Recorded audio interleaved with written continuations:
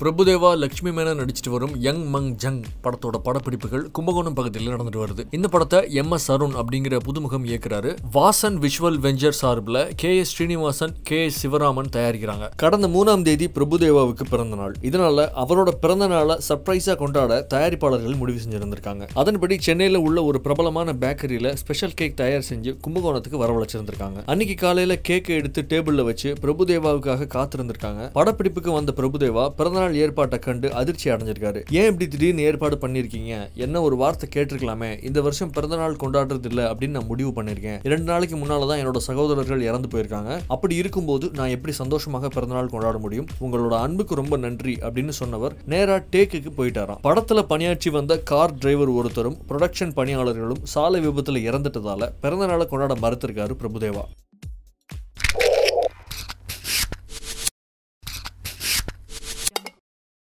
உண்மையாக சொல்லணும்னு சொன்னால் கமல் அவர்களுக்கு 3 தகப்பனார்கள்.